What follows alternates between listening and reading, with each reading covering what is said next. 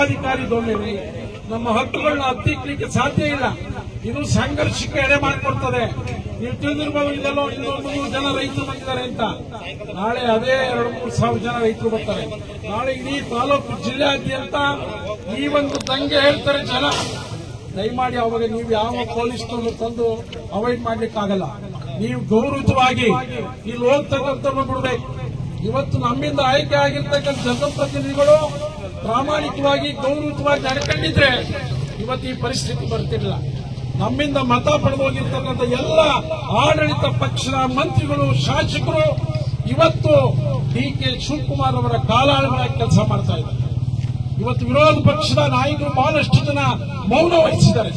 ಬಹಳಷ್ಟು ನೀರಾವರಿ ಬಗ್ಗೆ ಆಸಕ್ತಿ ಇರತಕ್ಕಂಥವರು ಹೋರಾಟದಲ್ಲಿ ಭಾಗವಹಿಸುತ್ತಾರೆ.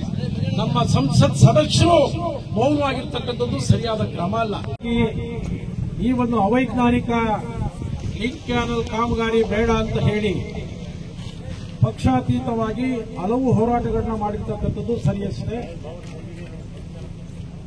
ಯಾವುದೇ ಭೂ ಸ್ವಾಧೀನ ಪ್ರಕ್ರಿಯೆಯನ್ನ ಮಾಡದೆ ಅಕ್ರಮವಾಗಿ ಈ ಭಾಗದಲ್ಲಿ ನಮ್ಮ ತುಮಕೂರು ಜಿಲ್ಲೆಯ ನೀರಿಗೆ ಹಂಚಿಕೆ ಆಗಿರ್ತಕ್ಕಂಥ, ನಮ್ಮ ನೀರನ್ನ ಕದ್ದೊಯ್ತಕ್ಕಂಥ ಒಂದು 75 ಕಿಲೋಮೀಟರ್ 159 ಕಿಲೋಮೀಟರ್ಗೆ ಆಗ್ತಕ್ಕಂಥ ಈ ಒಂದು ಲಿಂಕ್ ಕ್ಯಾನಲ್ ಕಾಮಗಾರಿಯನ್ನ ನಿಲ್ಲಿಸಬೇಕು.